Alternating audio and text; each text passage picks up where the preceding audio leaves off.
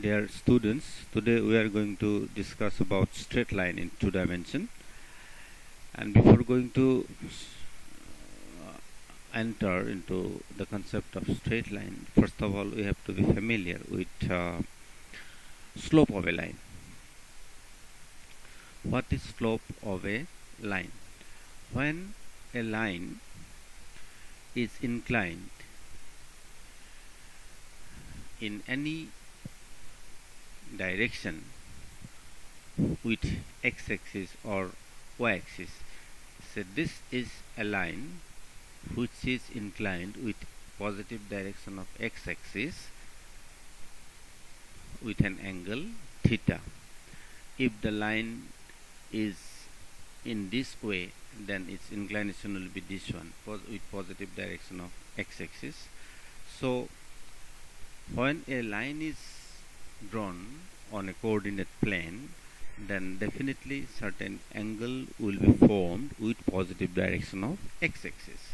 Here this L is the line which is inclined with positive direction of x-axis and angle theta. So slope of this line is defined as tan of theta. Tan theta is the slope of this line. So to define slope of a line, we must have the inclination of the line with positive direction of x-axis. If theta is the inclination with positive direction of x-axis of the line, then slope of the line is defined as tan theta, or it is sometimes called gradient also, slope or gradient, and it is denoted by small m. Tan theta is equal to m. Theta basically not 90, it is a restriction, because if theta is 90, then tan 90 is infinity, so the slope will be infinity. So infinity is mathematically is not a defined number. So from the definition, this particular angle 90 degree is omitted. So other than 90, whatever is the angle made by any line, tan of that inclination is defined as the slope of the line. Now slope of a line when any 2 points on the line are given. Suppose this is the line, any 2 points on the line P and Q, if we consider the coordinates of P x1 y1 and the coordinates of Q x2 y2. These are any 2 points suppose on the line. So then what will be the slope of this line? Inclination is not known. Just 2 points on the line are given, then also we can find the slope. So see how we can find the slope if 2 points on the line are given. It's just a geometrical construction. A horizontal line is considered here from this point P, horizontal parallel to x-axis, and from Q, it's a vertical line is considered here. It is simple geometrical construction. The inclination of this line is this one, whatever it is, say theta.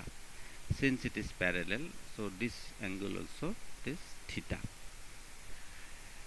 So as per the definition of the slope of this line is tan theta. So if it is tan theta, then we can consider in this triangle this QM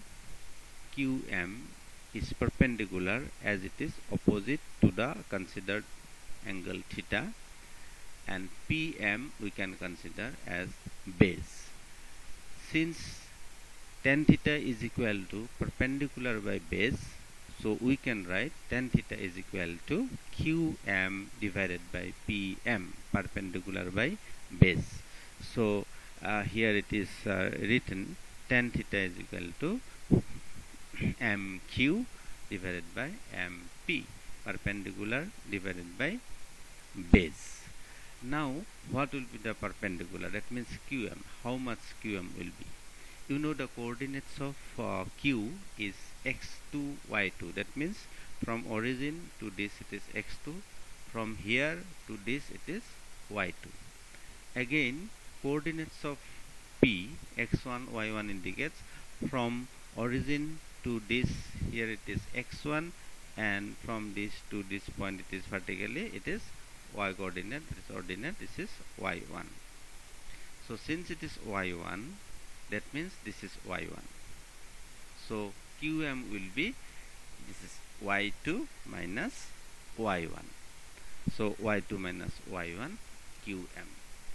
Similarly, PM will be, or MP will be, from this to this it is x2, and from this to this it is x1. So x2 minus x1 will be PM. So, or MP. So MP means x2 minus x1. So if we observe this tan theta, we have got finally y2 minus y1 by x2 minus x1, and y2, y1, x2, x1, these are the coordinates of the points P and Q. That means difference between the y coordinates divided by difference between the x coordinates. So thus we can have the slope of a line if 2 points on the line are given. Simply we can calculate using the coordinates, difference of y coordinates divided by difference of x coordinates. By doing this one, we can have the slope of the line when any 2 points on the line are given. Let's see condition for parallelism and perpendicularity. That means when two lines are parallel, what condition has to be fulfilled? So this is one line L1, this is another line L2. These two lines are parallel.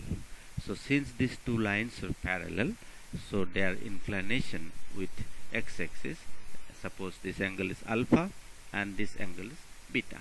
So these two angles must be equal because these two lines are parallel as corresponding angles property.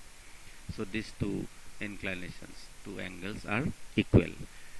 So slope of the line L1 will be tan of alpha and slope of line L2 will be tan of beta. So since alpha and beta are equal as the lines are parallel, so definitely tan alpha will be equal to tan beta. That means slope of the line L1 is equal to the slope of line L2. That means if the slope of L1 is m1 and slope of L2 is m2, then slopes must be equal if the lines are parallel. So this is the only condition of parallelism. That means when two lines are parallel, their slopes are equal. Conversely also we can say, if slopes of two lines are equal, then the lines will be parallel. Now see condition of perpendicularity. If two lines are perpendicular, here you say this is L1 and L2. Suppose these two lines are perpendicular, that is angle between them is 90. This is 90. So this is also 90, vertically opposite angles. So inclination of L1 is suppose alpha and inclination of L2 with positive direction, of course, x-axis, positive direction of x-axis beta. So alpha and beta. So slope of L1 is tan alpha and slope of L2 will be tan beta. And by the geometry we can write alpha plus 90. This is 90. So alpha plus 90 is equal to beta, exterior angle property. So this is exterior angle and this is interior angle, this is interior angle. So beta is equal to 90 plus alpha, or alpha plus 90 is equal to beta, we can have by the Euclidean geometry. So beta is equal to alpha plus 90, we can have from the figure.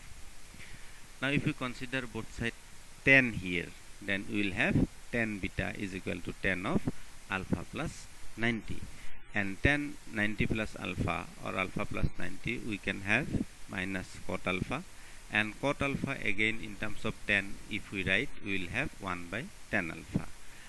So 10 alpha means, you know, slope of L1, and 10 beta means slope of L2.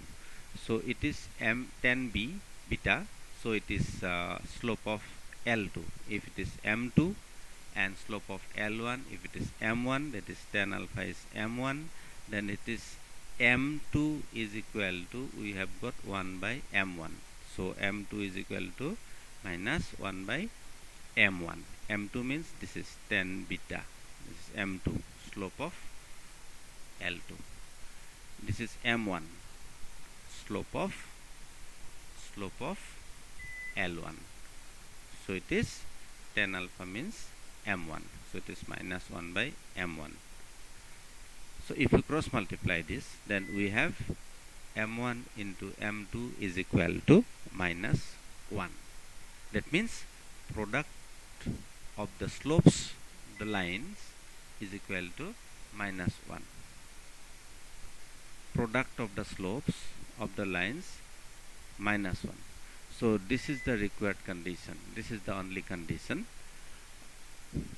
of perpendicularity of two lines. That means if two lines are perpendicular, then the product of their slopes is minus 1, or we can say if product of the slopes of two lines is minus 1, then lines are perpendicular.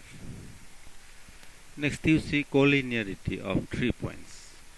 That means if 3 points are given, we can check it out whether the points are lying a straight line or not.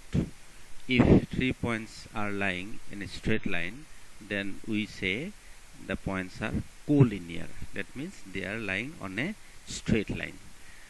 So if 3 points are here, suppose A, B, C, if they are lying in a straight line, so definitely you see the slope of AB is equal to slope of BC. If the points are not lying on a line, suppose A is here, B is here, then C is here, then you see the slope of AB will be 10 of this angle, and slope of BC, if C is here, then BC will be like this,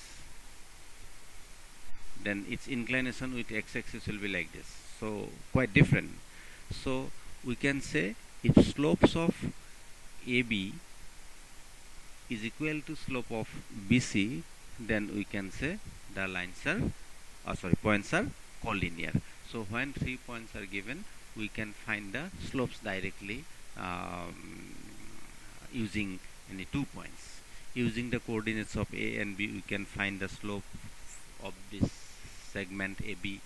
Using the coordinates of B and C, we can find the slope of BC. If these two slopes are equal, then we can say the points are collinear. Let's take an example here. Time and distance graph of a linear motion is given. Two positions of time and distance are recorded when t0 distance 2 and when t3 distance 8. Using this concept of slope, find the law of motion. How distance depends on time. That means how distance depends on time. That means a linear relation we have to establish between time and distance. So you see here in the figure, along this x-axis is time, and along y-axis it is distance. So two points are recorded. That when t is 0, d is 2, and when t is 3, d is 8. These two points are recorded. Now to have the relation between the t and d and arbitrary point on the line, we have to consider, that is t and d, because we need the relation between time and distance, which will indicate the law in which the motion is progressed. So suppose this is any arbitrary point, coordinates are considered t and d. Now using this concept of slope, the slope of this segment and slope of this segment are equal. So slope of this we can have using two-point form concept of slope. Slope of this segment will be this one, and slope of this will be this one. So these two slopes are considered to be equal because they are the motion is linear. So we can consider the slopes are equal. If we consider the slopes are equal, then simplifying, we have the relation d is equal to 2 times of t plus 1. So this is the relation between d and t, or we can say the law of motion, in which the distance is traveled according to the progression of time. So this is the law of motion in this situation.